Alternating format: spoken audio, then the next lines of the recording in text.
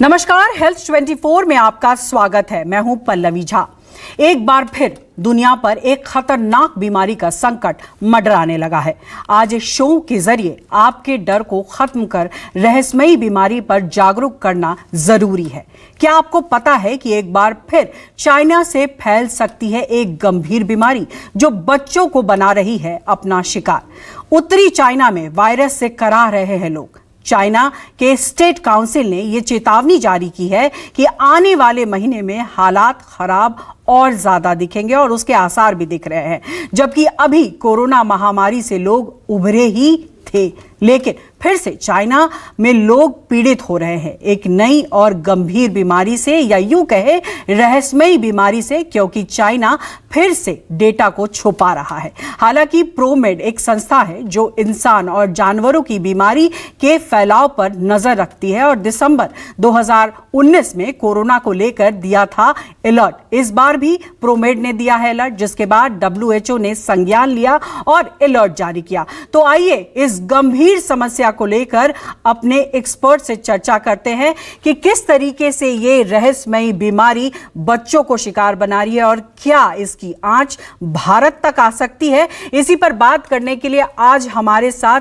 3 मेहमान जुड़ रहे हैं। सबसे पहले हम स्वागत करेंगे तमाम डॉक्टरों का। उससे पहले थोड़ी सी जानकारी आपको हम दे देते हैं कि ये रहस्यमयी बीमारी आखिर बच्चों को ही क्यों अपना शिकार बना रही है। हालांकि जिस तरीके से चाइना में दिखाई पड़ रही है ये बीमारी, उसको लेकर के कई सवाल उठ रहे हैं कि क्यों डेटा रिलीज नहीं किया गया है, क्यों वहां बताया नहीं जा रहा है कि आखिर ये बच्चों में क्यों ज्यादा फैल रहा है। और जिस तरीके से अभी हम बात करेंगे अपने एक्सपर्ट से, उससे पहले आपको हम बताएं कि चीन के उत्तर पूर्वी क्षेत्र में फैल रही है बीमारी। बीजिंग और लियाओनिंग में मरीजों की संख्या काफ़ी ज़्यादा बढ़ी है। रहस्यमयी बीमारी के मरीजों में सबसे अधिक छोटे बच्चे हैं। छोटे बच्चे कहने का मतलब यहाँ पर यह होता है कि जिनकी उम्र 10 साल से कम है, और ऐसा नहीं है कि सिर्फ 10 साल से कम, उनसे ऊपर के बच्चों को भी, और लेकिन ज्यादातर उन बच्चों में देखा जा रहा है। हर दिन 1200 से ज्यादा मरीज एडमिट हो रहे हैं। नई बीमारी की अब तक पहचान नहीं की जा सकी है कि आखिर ये क्या है, क्योंकि लक्षण निमोनिया से मिलते जुलते हैं, लेकिन ये निमोनिया नहीं कहा जा रहा है। लेकिन अगर कहा जाता है तो ये निमोनिया इस तरीके से कैसे फैल रहा है। कोविड-19 जैसे वायरस की पहचान की जा रही है। अस्पतालों और स्कूलों में लगातार चेतावनी दी जा रही है। कोविड-19 की तरह ही आंकड़े जिस तरीके से चीन छिपा रहा है, कहा जा रहा है कि अक्टूबर से अब तक हजारों बच्चे संक्रमित हुए हैं। और साथ ही साथ जो लक्षण बच्चों में दिखाई दे रहे हैं वो, जैसा कि हमने कहा, कि निमोनिया से मिलते जुलते इसके लक्षण हैं। फेफड़ों में सूजन हो जाना, सांस लेने में दिक्कत होना, खांसी, तेज बुखार, इस तरीके की समस्या दिखाई पड़ रही है। इसके अलावा आपको ये बता दें कि चीन में जो नई बीमारी दिखी है उसको WHO ने भी संज्ञान में लिया है और वहां पर उन्होंने ये निर्देश दिया है कि जल्द से जल्द इसके जो डेटा है उसको प्रोवाइड किया जाए कि आखिर किस वजह से ये बीमारी जो है लगातार बढ़ती जा रही है। इसके अलावा क्या इसकी वजह से किसी बच्चे की मौत हुई है, ये तमाम चीज़ें WHO कोशिश कर रहा है। तो अभी फिलहाल जो हमारे एक्सपर्ट जुड़े हैं वो डॉक्टर DK गुप्ता है, जो कि CMD हैं फेलिक्स हॉस्पिटल से, और हर छोटी से बड़ी बीमारी के बारे में लगातार लोगों को जागरूक करते हैं। तो मैं स्वागत करती हूँ डॉक्टर गुप्ता आपका। और जिस तरीके से ये बीमारी चाइना में फैल रही है, और चाइना का जब भी नाम आता है डॉक्टर DK गुप्ता, तो कहीं ना कहीं मन में डर पैदा हो जाता है। लेकिन डरने की बजाय हमें सचेत और सतर्क रहने की जरूरत है। तो इसीलिए मैं ये पहला सवाल आपसे करना चाहूंगी कि आखिर इसे रहस्यमयी बीमारी का नाम फिलहाल क्यों दिया जा रहा है और क्या है इस बीमारी के सिम्टम्स। देखिए, जो बीमारी में चाइना में फैली हुई है, खासकर जो बच्चों में निमोनिया फैला हुआ है, उसका रहस्यमय इसलिए हो रहा है। अक्टूबर में केसेस आने शुरू हो गए थे, नवंबर लगभग खत्म होने वाला है, और चाइना ने इसके बारे में किसी को पूरी तरह से नहीं बताया। जब केसेस बढ़ गए, वहां पे अस्पताल में पेशेंट बढ़ गए, अस्पताल में बेड्स नहीं मिल रहे थे, लाइनें लग रही थी, स्कूलों की छुट्टी बंद करना पड़ा चाइना में, बीजिंग में और दूसरे जो शहर है उनमें। तो उसके बाद जब WHO को भनक लगी तो WHO ने वहां पे केसेस को वहां पे जो जांच करनी शुरू करी तो उसके बाद लगा कि ये कुछ रहस्यमय बीमारी है, लगभग कोविड जैसी है, निमोनिया है बच्चों में जो कॉमन है। और चूंकि चाइना का जो इतिहास है वो बहुत अच्छा नहीं है। हम सब जानते हैं कि 2-3 साल पहले जब चाइना में कोविड फैला था तो कई महीने पहले अक्टूबर, नवंबर में, सितंबर में केसेस आना शुरू हो गए थे वहां पे, और दिसंबर में जाके हमें पता लगा था। और दिसंबर तक इतना हो गया था कि वो एक आउटब्रेक था। अगर उस आउटब्रेक को हम उसी समय कंट्रोल कर लेते तो एपिडेमिक या पैंडेमिक नहीं बनता, और शायद पूरी दुनिया में जो लाखों करोड़ों लोगों की मृत्यु हुई है वो बच जाती। पूरा जो देश थे उनकी अर्थव्यवस्था चौपट हो गई, जो लोगों के परिवार खत्म हो गए, जो लोगों की इकोनॉमी थी वो खत्म हो गई कहीं ना कहीं। तो ये बहुत बड़ा कारण था। उसमें बहुत सारे लोगों ने जांच की, बहुत सारी एजेंसी ने जांच की, बहुत सारे देशों ने अपनी रिपोर्ट दी। उन सब देशों में रिपोर्ट में यही निकला कि चाइना का जो व्यवहार है, चाइना का जो वो ट्रांसपेरेंट नहीं है। बहुत सारी चीजें ऐसे ही करता है, या ऐसे वेपन बना रहा है, बायो वेपन बना रहा है, या ऐसे कुछ केसेस कर रहा है, उसकी जो मंशा है वो ठीक नहीं लगती। तो कहीं ना कहीं ऐसे में भी जो लग रहा है, जो अभी केसेस आए, एक अच्छी बात ये है कि अभी भी चीजें कंट्रोल में, सिर्फ 2 शहर इन्वॉल्व है।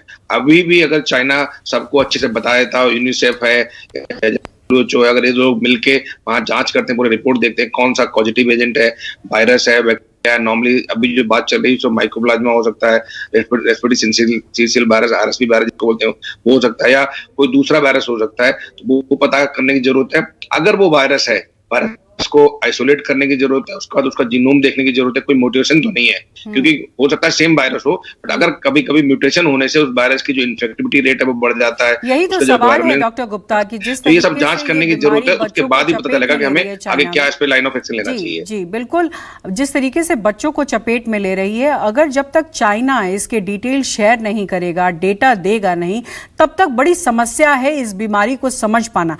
लेकिन कमोबेश ये समझ में आ रहा है कि वहाँ जिस तरीके से बच्चों को में शिकार बनाया जा रहा है, या सिम्टम्स जो है वो निमोनिया के आसपास दिखाई पड़ रहे हैं, तो जाहिर तौर पर कहीं ना कहीं ये बड़ी समस्या है और इसको लिए जागरूक होना, सजग होना बहुत ज़रूरी है।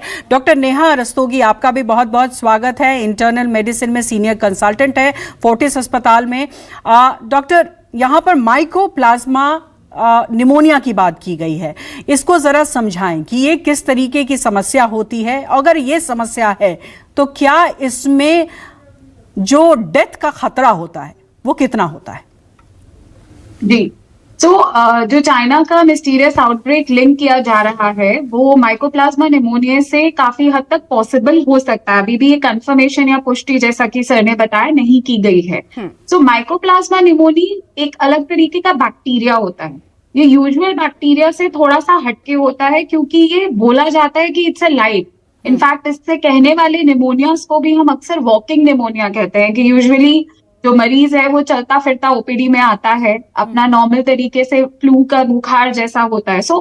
माइकोप्लाज्मा निमोनिया हो या आपका इवन RSV हो, ये इन्फ्लुएंजा लाइक इलनेस यानी फ्लू लाइक इलनेस करते हैं। शुरुआत में ये कोई भी इन्फेक्शन, चाहे वो किसी भी प्रकार का हो, वो आपका तेज बुखार करेगा, बॉडी एक करेगा। क्योंकि माइकोप्लाज्मा निमोनिया टिपिकल निमोनिया से हटके होता है, तो ये उस तरीके के क्वांटिटी ऑफ बलगम या स्पूटम नहीं लाता।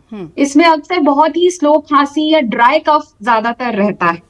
सबसे इंपॉर्टेंट बात माइकोप्लाज्मा निमोनिया की उसके सिम्टम्स से ज्यादा उसकी ट्रीटमेंट पे गौर करवाने की होती है, क्योंकि यूजुअली जो हमारे कॉमन एंटीबायोटिक्स हैं, जो हम अक्सर कभी भी बोलते हैं कि खांसी जुकाम में किसी ने सिफिक्सिम, सेफ्टम, ऑगमेंटिन ये सब ले लिया, तो 90% to 100% टाइम्स ये कॉमन एंटीबायोटिक माइकोप्लाज्मा पे काम नहीं करते, क्योंकि माइकोप्लाज्मा निमोनिया का जो बैक्टीरिया का स्ट्रक्चर है वो नॉर्मल बैक्टीरिया से काफी हटके होता है। इसीलिए इसके सिम्टम्स भी भले ही 3, 4, 5 दिन तक चलते हो, बट उतने हाई ग्रेड नहीं होते as compare to normal other bacteria. And लेकिन इसका एक पर्सन से दूसरे में ट्रांसफर रेट काफी ज्यादा होता है। इसीलिए आप एक टाइम पे कम से कम 8 से 9 लोगों को प्रभावित जरूर कर सकते हो, बट सिम्टम्स सबके तेज बुखार, हल्की या सूखी खांसी वाले रहेंगे। एजिथ्रोमाइसिन नामक एंटीबायोटिक, जो कि यूजुअली टिपिकल बैक्टीरिया में बहुत असर नहीं करती, इसके लिए बेस्ट ड्रग ऑफ चॉइस है। चाइना में जहां तक हम बात करें कि माइकोप्लाज्मा निमोनिया के केसेस अगर हम मान रहे हैं कि वो बढ़ रहे हैं, तो उसके one of the important reason ये है क्योंकि अभी पिछले 2 सालों में चाइना में देखा गया कि माइकोप्लाज्मा निमोनिया में भी रेजिस्टेंस रेट जो एजिथ्रोमाइसिन का है वो बहुत बड़ा है।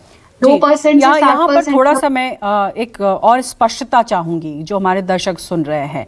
रेजिस्टेंस रेट एंटीबायोटिक को लेकर के, इसको थोड़ा और आसान शब्दों में समझाइए कि एंटीबायोटिक का ज़्यादा इस्तेमाल होना किसी भी बीमारी में किस तरीके से बॉडी में रेजिस्टेंस पैदा कर देता है और फिर एक मामूली बीमारी भी गंभीर हो जाती है। बिल्कुल पल्लवी, तो एक्चुअली देखा जाए तो हम बात तो चाइना का भी बात कर रहे हैं, बट ये जो हफ्ता है ये एंटीबायोटिक अवेयरनेस वीक का भी हफ्ता कहलाया जाता है। सो रेजिस्टेंस का एक सिंपल शब्दों में अगर हम उदाहरण दें तो ये वही बात हो जाती है कि अब आपका जो बैक्टीरिया है फॉर एग्जाम्पल वो एक इंसान रूपी चीज है। आप कमरे से एक बार किसी को डराओगे तो अंदर वाला बंदा डर जाएगा। आप उसके लिए एक बहुत तेज हथियार फेंकोगे तो वो पहले डर जाएगा। उसके बाद कोई हथियार को बार बार यूज करते रहोगे, चाहे उसने हल्का दरवाजा खोला या तेज दरवाजा खोला, तो एक पॉइंट ऐसा आएगा कि उसका डरना ही खत्म हो जाएगा। तो रेजिस्टेंस जो है वो इसी तरीके की चीज होती है कि यूजुअली ये बैक्टीरिया जो होते हैं ये एंटीबायोटिक्स इन पे काम करके इनको बंद कर देते हैं या खत्म कर देते हैं। नॉर्मल तरीके में इस सीजन में कई लोगों को खांसी, जुकाम, बुखार बहुत होता है, बट 99% केसेस में वो वायरल इन्फेक्शन होता है जिसमें एंटीबायोटिक की जरूरत ही नहीं होती है। भाई जब वायरस का बुखार होता है तो उसमें एंटीबायोटिक्स का कोई नीड नहीं होता। चलिए लेकिन डॉक्टर गुप्ता यहाँ पर जी बिल्कुल डॉक्टर गुप्ता, यहाँ पर एक और चीज समझना बहुत जरूरी है। चाइना के हालात देख रहे हैं, जैसा डॉक्टर रस्तोगी ने बताया कि अभी जो सिम्टम्स दिखाई पड़ रहे कमोबेश वो लग रहा है कि माइकोप्लाज्मा निमोनिया हो सकता है या कोई और भी समस्या हो सकती है, लेकिन सिम्टम्स में जिस तरीके से बुखार आ रहा है, खांसी हो रही है, तमाम चीजें तो हो रही हैं, लेकिन हजारों केसेस डेली आना बच्चों में, ये कुछ और भी इशारा करता है क्या? देखिए पहले भी बहुत अच्छा सवाल है। अगर मैं बात करूं, आपने जो सवाल के अंदर बहुत ही गहराई में जाने की जरूरत है हमें।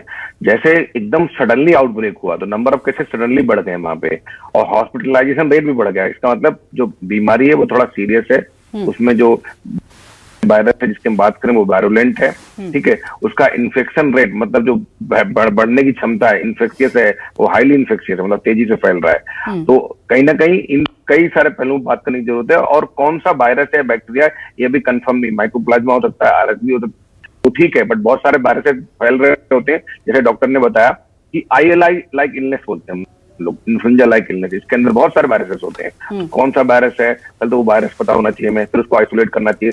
तो जीनोम में कोई म्यूटेशन तो नहीं है, बहुत इंपॉर्टेंट। अगर कोई म्यूटेशन है और उसके अगेंस्ट एंटीवायरल ड्रग, एंटीबायोटिक हमारे काम नहीं कर रहे हैं तो वो खतरनाक हो सकता है। जैसे अगर माइकोप्लाज्मा भी है और माइकोप्लाज्मा में कोई ऐसी म्यूटेशन हो रखी है जिससे वो एजिथ्रोमाइसिन नामक ड्रग है या कोई दूसरा ड्रग है जो हम जिसको मैक्रोलाइड्स बोलते हैं, अगर वो इसके अगेंस्ट काम नहीं कर पाएंगे तो वो भी सीरियस प्रॉब्लम, एक सीरियस थ्रेट हो सकता है। बिकॉज एजिथ्रोमाइसिन ऐसी दवाई है जिसका पूरे विश्व भर में ड्यूरिंग कोविड सबसे ज्यादा मिस यूज हुआ, ओवर यूज हुआ, इतना ज्यादा हुआ एजिथ्रोमाइसिन कहीं ना कहीं हर व्यक्ति के अंदर पार्शियल या फुल रेसिस्टेंट डेवलप हो गया। जैसे आपने पहले भी बोला था कि रेसिस्टेंस बहुत इंपॉर्टेंट चीज है। हमारे देश में 90% लोग ओवर द काउंटर ड्रग लेते हैं अपर रेस्पिरेटरी इन्फेक्शन के लिए। मतलब जो ILI like influenza like illness है, इसमें नॉर्मली एंटीबायोटिक की जरूरत होती नहीं है। उसमें 90% लोग ओवर द काउंटर जाके मेडिसिन लेते हैं। उसमें मैक्सिमम जो मेडिसिन लेते हैं वो एजिथ्रोमाइसिन है। तो हर बंदा 3 दिन से लेकर 5 दिन तक एजिथ्रोमाइसिन खाता है। तो कहीं जो इसकी एफिकेसी है जेन्युइन केस में, माइकोप्लाज्मा इन्फेक्शन है, एटिपिकल जिनको हम बोलते हैं निमोनिया, उसमें की जरूरत पड़ती है, वहां पे इसका रोल कम हो जाता है। तो हमें जो अभी इंपॉर्टेंट बात है कि 4 क्वेश्चन जो चाइना से हमें सबको पूछने चाहिए, हम में से जो यूनिसेफ है, जो वर्ल्ड ऑर्गेनाइजेशन है, कि भैया कहाँ पे कौन सा वायरस है, क्या बैक्टीरिया है, क्या आपने आइसोलेट किया है, तो इसका स्ट्रेन कौन सा है, कितना वायरुलेंस है, क्या इसकी इन्फेक्टिविटी दर कितनी है, कितने तेजी से फैल रहा है, और अभी तक क्या सिम्टम्स आ रहे हैं, क्या कॉम्प्लिकेशंस आ रहे हैं, क्या डेथ रेट है, कौन सी एज ग्रुप को अफेक्ट कर रहा है। ये सारी चीजें पूरी दुनिया के सामने बिल्कुल साफ आनी चाहिए, सो दैट हर जो देश है अपने हेल्थ केयर इंफ्रा को चेक कर ले, रिव्यू कर ले, हमें क्या प्रिकॉशंस लेने हैं, प्रिवेंटिव मेजर्स क्या लेने, बहुत इंपॉर्टेंट है। हमारे देश को इस समय और सवाल इसलिए भी उठ रहा है डॉक्टर गुप्ता कि ये जो समस्या है ये बच्चों में आ रही है, किसी और की खबर नहीं आ रही, ये बच्चों में आ रही है और ज़्यादातर जो बच्चे हैं उनकी उम्र 10 साल से कम है। यानी कुछ तो छुपाया जा रहा है, यानी कुछ तो शक के घेरे में है जो चाइना अभी नहीं डेटा रिलीज कर रहा है, बावजूद इसके कि WHO ने कई बार ये कहा कि आप डेटा रिलीज करिए, किस तरीके की संख्या है वहां पर, क्या वहां पर जांच चल रही है इस बीमारी को लेकर के। तो यानी कहीं ना कहीं एक खतरा तो दिख रहा है। बिल्कुल दिख रहा है। और सबसे बड़े पूछना चाहिए क्या ये वैक्सीन प्रिवेंटिव है? अगर वैक्सीन इसके अगेंस्ट नहीं हमारे पास उपलब्ध है तो क्या हम वैक्सीन बनाने पे कुछ काम कर सकते हैं? जैसे कोविड में हमने जो मृत्यु बचाई थी, जीवन उनका बचाया था, वो इस वजह से बचा पाया कि हमने बड़े कम समय में एक बड़ी इफेक्टिव वैक्सीन डेवलप कर पाई।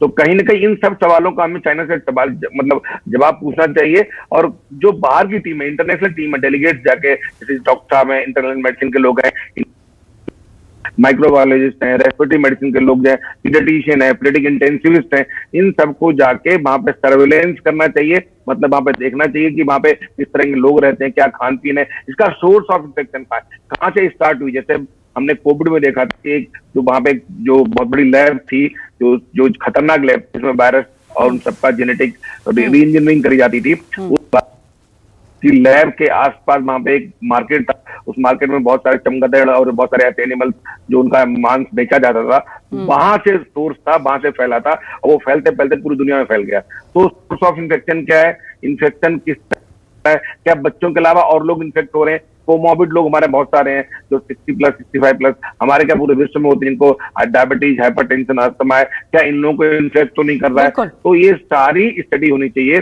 पूरा इसको स्टडी होनी चाहिए। बट चाइना इसके लिए तैयार हो, पहले यही सबसे बड़ा सवाल है। डॉक्टर रस्तोगी, नहीं, ये तैयार होने वाली बात नहीं, इसमें क्या करना चाहिए, तो पूरा विश्व है, क्या एक देश पूरे विश्व पे हावी कर सकता है? क्या एक देश पूरे विश्व को थ्रेट में ला सकता है? चाइना कर चुका है। तो हम लोगों ने किसी ने कोई इफेक्टिव करेक्टिव एक्शन नहीं लिया, प्रिवेंटिव एक्शन नहीं लिया चाइना के अगेंस्ट, सो दैट ये दोबारा इस तरह की नौबत नहीं आनी चाहिए। अगर ऐसी नौबत आती है तो विश्व के लिए पूरा खतरा हो सकता है, पूरी विश्व की जो हम बात करें। और इसीलिए हम सचेत कर रहे हैं और जागरूक करने की कोशिश कर रहे हैं कि डरने की जरूरत नहीं है। यह खतरा भारत पर फिलहाल नहीं है, लेकिन अगर जागरूकता रहेगी तो शायद इस तरीके के खतरे को बहुत अच्छे तरीके से टाला जा सकता है। डॉक्टर रस्तोगी, एक बार फिर से आपका रुख करना चाहूंगी। कोविड अभी खत्म नहीं हुआ है, बेशक इसके प्रभाव जो है बहुत ज्यादा कम हो गए। क्या ये जो इस वक्त चाइना में हालात है, क्या कोई कोविड का नया रूप, किसी तरीके के अलग, कहते हैं कि म्यूटेशन लगातार उसमें हो रहे हैं, कोई ऐसा रूप हो सकता है? So yes Pallavi, so actually WHO ने अब, जैसे सर ने भी बताया उसका, कि WHO ने अब रुक किया है। WHO अब चाइना में इंटरवीन कर रहा है और इंक्रीज सर्वेलेंस सिस्टम से अभी तक के जो शुरुआत के 34 सैंपल्स देखे गए थे, उनमें कोविड के जीनोम के नियर बाय में कुछ नहीं मिला है। इसीलिए कोविड-19 या कोविड-19 से जुड़ा हुआ ओमिक्रॉन वेरिएंट जो काफी कॉमनली अभी फैला हुआ है, उसके सब वेरिएंट्स के मोटा मोटी तौर पे जो प्रिलिमिनरी रिजल्ट्स आए हैं उनमें कोविड जैसा नहीं लग रहा। हालांकि जैसा कि बात किया है कि China is not coming in the forefront, they are not telling us the true story actually कि एग्जैक्टली क्या ये वायरस है पहली बात, या बैक्टीरिया है, या दोनों मिलके दो अलग अलग टाइप के इन्फेक्शंस जो है वो को एग्जिस्ट कर रहे हैं। क्योंकि एक बात बहुत जरूरी है कि माइकोप्लाज्मा हो या RSV हो, इस टाइम पे इमरजेंसी रेट्स इसलिए बढ़े हुए हैं क्योंकि ब्रीदिंग प्रॉब्लम्स बच्चों में बहुत आ रही है। खांसी, जुकाम, नजला is one separate thing, but एकदम से ब्रीदिंग प्रॉब्लम्स का बढ़ जाना, तो क्या ये इन्हीं वायरसेस का कोई लीदल यानी कि हानिकारक वेरिएंट है? बट अभी शुरुआती जितनी भी स्टडीज आई हैं उसमें कोविड से मिलता जुलता कहीं कोई सामने नहीं है। लेकिन ये दलील भी दी गई कि चूंकि चाइना में काफ़ी लंबे समय तक एक तरीके से बैन रही हैं चीज़ें और धीरे धीरे जो उनके डिस्ट्रिक्ट्स हैं उनको खोला गया, तो एक बड़ी वजह ये हुई कि इस तरीके का जो हम पैंडेमिक वहाँ देख रहे हैं वो अब दिखाई दे रहा है। तो ये भी एक वजह है या फिर सही में कुछ छुपाया जा रहा है? आप लोगों का क्या आकलन है इस पे? देखिए, साइंटिफिकली एक पॉइंट पे ऐसा बोलते हैं क्योंकि हर्ड इम्यूनिटी इंडिया में 75% से भी ज्यादा लोग जब कोविड में प्रभावित हुए, क्योंकि लॉकडाउन जो था ना वर्ल्ड वाइड भी देखा गया कि चाइना का सबसे स्ट्रिक्टर और हार्श लॉकडाउन रहा है। ये बात हमने बताई भी है और देखी भी है। तो ऐसे में क्या होता है, क्योंकि बच्चों के लिए पूरा स्कूलिंग सारा, क्योंकि जब आप आपस में जो वायरसेस होते हैं, ये ऐसा नहीं है कि आज के वायरस हो, ये पहले से ही सर्कुलेटिंग रहते हैं। तो कई बार क्रॉस इम्यूनिटी और हर्ड इम्यूनिटी यानी एक से ज्यादा लोगों को आपस में इम्यूनिटी देने से आप एक से दूसरे वायरस के अगेंस्ट प्रोटेक्टेड रहते हो। तो जब स्ट्रिक्ट लॉकडाउन होते हैं तो उनका एक बाईपास इफेक्ट ये होता है कि अगर आप लंबे समय से पर्टिकुलरली एक्सपोज नहीं हो रहे हो रूटीन के अपने इन्फेक्शन से, तो आपकी बॉडी में वो इम्यूनिटी आती नहीं है। तो जब आप एकदम से एक्सपोज होते हो या आपके ऊपर वो हावी होता है तो आप उतना अच्छा इम्यून रिस्पॉन्स नहीं दे पाते हो। बट ये सिर्फ स्टोरी का सिंपल एक पार्ट है, ये कंप्लीट पिक्चर नहीं दर्शाता और इसी को समझना जरूरी है, क्योंकि अगर वो हालात फिर से नजर आएंगे तो जाहिर तौर पर सबके लिए ये बहुत बड़ी मुसीबत होगी। डॉक्टर गुप्ता, एक चीज मैं समझना यहाँ पर चाहती हूँ कि जिस तरीके से भारत सरकार अभी से ही प्रयासरत है, लगातार इस पर पैनी नजर बनाई हुई है, लेकिन अगर खतरा भारत की तरफ बढ़ा, जो अभी फिलहाल नहीं है, तो किस तरीके का होगा? देखिए पल्लवी, क्लियर है कि एक इन्फ्लुएंजा लाइक इलनेस है, तो सबसे अच्छी बात क्या है, इन्फ्लुएंजा लाइक इलनेस के प्रिवेंशन के तरीके होते हैं वो कॉमन होते हैं। जैसे हमारी जो फ्लाइट्स आ रही हैं उनकी स्क्रीनिंग स्टार्ट कर देनी चाहिए। अगर किसी को सिम्टोमेटिक लोग हैं ताकि उनको आइसोलेट करना चाहिए, क्वारंटाइन करना चाहिए। हम सब लोग हैं जितने हैं, सबको पब्लिक अवेयरनेस बहुत सारी हुई कोविड के टाइम।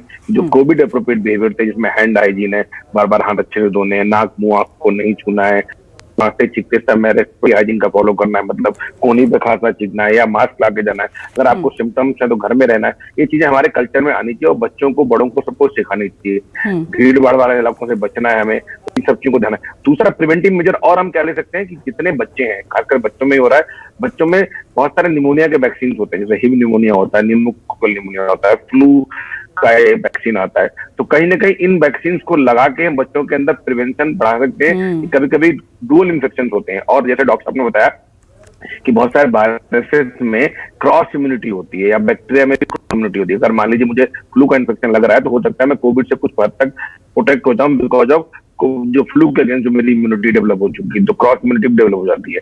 तो हिब का जो निमोनिया का वैक्सीन है, इसके अलावा फ्लू वैक्सीन है, और इसके अलावा बहुत सारे एडल्ट लोग हैं आजकल हम लोग रिकमेंड करते हैं, इवन जो बहुत सारे लोग कॉर्पोरेट में काम कर रहे हैं, आप जैसे स्कूल में काम कर रहे हैं लोग, जिनका एक्सपोजर ज्यादा है, उनको फ्लू का वैक्सीन हर साल लगवाना चाहिए। फ्लू शॉट रिकमेंड कर दिया गया इंडियन अकेडमी ऑफ पीडियाट्रिक्स ने भी, अमेरिकन अकेडमी ऑफ पीडियाट्रिक्स और फिजिशियंस ने भी। साथ में जो लोग ऐसे हैं जो हाई रिस्क हैं, जिनकी इम्यूनिटी है, जो स्टेरॉइड में हुई, जो डायलिसिस में है, जो ट्रांसप्लांट पेशेंट्स हैं, उन सबको भी निमोकोकल वैक्सीन लगाना चाहिए और इन लोगों को जो भी कोविड अप्रोप्रिएट बिहेवियर है इन सबका पालन करना चाहिए। एक और बात, बिल्कुल, देखिए मौसम भी वैसा है, क्योंकि अभी फिलहाल जिस तरीके के हम हालात दिल्ली एनसीआर में देख रहे हैं डॉक्टर गुप्ता, तो एक तो मौसम खराब है, पोल्यूशन काफ़ी ज़्यादा है, और इस मंथ में देखते हैं कि काफ़ी समस्या होती है सांस लेने की, रेस्पिरेटरी जो हम प्रॉब्लम जिसको कहते हैं उसमें काफ़ी समस्या होती है, निमोनिया के भी बहुत सारे पेशेंट्स आते हैं। ऐसे में आप क्या सलाह देते हैं कि अगर इस तरीके के सिम्टम्स यानी बुखार हो, अगर सांस लेने में दिक्कत आ रही हो, तो बिना देर किए हुए डॉक्टर तक पहुँचे? देखिए पल्लवी जी, बहुत अच्छा सवाल है। इसमें दो तरफा मार हो सकती है अगर भारतवर्ष की बात करते हैं, बिकॉज हमारे यहाँ एयर क्वालिटी इंडेक्स बहुत खराब है, ठीक है, तो पोल्यूशन बहुत बढ़ा हुआ, वायु प्रदूषण बढ़ा हुआ। कहीं ना कहीं वायु प्रदूषण भी जो सीओपीडी के बच्चे हैं खास करके, इन सबको बहुत परेशान करता है। इनके अंदर नॉर्मली ब्रोंकाइटिस हो जाती है, नॉर्मली स्टमक एक्यूट अटैक आने लगते हैं, सीओपीडी में एग्जैजरेशन हो जाते हैं। इन बच्चों की, बड़ों की जो वो चेंज हो जाती है, ब्रोंकोडायलेटर्स देने पड़ते हैं। तो कहीं ना कहीं कंबाइंड इफेक्ट खतरनाक हो सकता है। तो इसलिए हम सबको चाहिए कि हम सबको पहले तो पता होना चाहिए क्या सिम्टम्स हैं आई लाइक इन्फ्लुएंजा के, कि अगर आपको खांसी है, जुकाम है, बुखार है, गले में दर्द है, योर आई लाइक सिम्टम्स हैं, तो आप डॉक्टर से सलाह ले सकते हैं, टेली कंसल्टेशन कर सकते हैं। अगर आप जाना ना चाहें, बेहतर है कि बहुत सारे लोग इन्फेक्ट करेंगे। बट अगर ऐसा कोई डेंजरस सिम्टम है जिसमें आपको तुरंत अस्पताल में जाना है, वो बहुत इंपॉर्टेंट है, वो हम सबको बताना चाहिए कि आपको ब्रीथ हो रही, मतलब सांस में तकलीफ हो रही है, या आपकी पसली चल रही है, मतलब सांस तेज चल रही है। खासकर बच्चों में बच्चे बता नहीं पाते उनको ब्रीदिंग डिफिकल्टी हो रही है, कि मैं खुद पीडियाट्रिशियन भी हूँ, तो उनमें क्या होता है कि उनकी पसली तेज चलने लगती है। और बच्चों का जो रेस्पिरेटरी रेट होता है वो थोड़ा ज्यादा होता है। जैसे 1 साल से कम बच्चे हैं उनका लगभग मानते हैं 25 से 30 पर मिनट होता है, जो न्यूनेट होते हैं वो 40 से 60 मिनट होता है, जो थोड़े बड़े बच्चे होते हैं उनका 20 से 25 होता है, एडल्ट में 15 से 16 होता है। तो कहीं ना कहीं अगर माँ को चल रही है, नसने फूल रहे हैं, ये वाली मसल फूल रही हैं, चींटी बज रही है सांस लेने में, या बच्चे को चेस्ट पेन बता रहा है, बच्चा अनकंफर्टेबल हो रहा है, या बड़ों में भी ऐसे कुछ सिम्टम्स आ रहे हैं, सेचुरेशन फॉल हो रहा है, तो आपको तुरंत अपने डॉक्टर को बिल्कुल बिल्कुल डॉक्टर गुप्ता, जो भी अस्पताल है, बिल्कुल आपने सही सलाह दी है और हम उम्मीद भी यही कर रहे हैं कि आप दोनों के सलाह से लोगों में जागरूकता आएगी। और हमारा मकसद भी यही था कि आज इस रहस्यमयी बीमारी जो कि चाइना में एक तरीके से कहें तो प्रकोप एक तरीके का वहाँ पर दिखाई पड़ रहा है, वो प्रकोप हमारे भारत में ना आए, इसीलिए ज़रूरी था समझना कि इस बीमारी के लक्षण क्या है और कैसे इससे बचाव किया जा सकता है, उसको बखूबी दोनों डॉक्टरों ने समझाया। बहुत बहुत शुक्रिया आप दोनों का। चीन में फैली बीमारी को लेकर भारत सरकार भी अलर्ट है। भारत लगातार इस रहस्यमयी बीमारी पर निगरानी रखे हुए है। हालांकि मेडिकल एक्सपर्ट्स के मुताबिक इस बीमारी से भारत पर खतरे के बारे में अभी कुछ कहना जल्दबाजी होगी। निमोनिया लक्षण वाली बीमारी से मुकाबला करने के लिए भारत में वैक्सीन और दवाएं आसानी से उपलब्ध हो सकती हैं, क्योंकि माइकोप्लाज्मा निमोनिया का इलाज एंटीबायोटिक से किया जा सकता है। बहरहाल भारत पूरी नजर बनाए हुए है, पर अभी तक कोई पैनिक या कोई परेशानी वाली बात नहीं दिखाई पड़ रही है। कोशिश हमारी यही है कि नए टॉपिक के साथ आपको जागरूक करते रहिए। फिलहाल के लिए इतना ही। स्वस्थ रहिए, सुरक्षित रहिए और देखते रहिए News 24।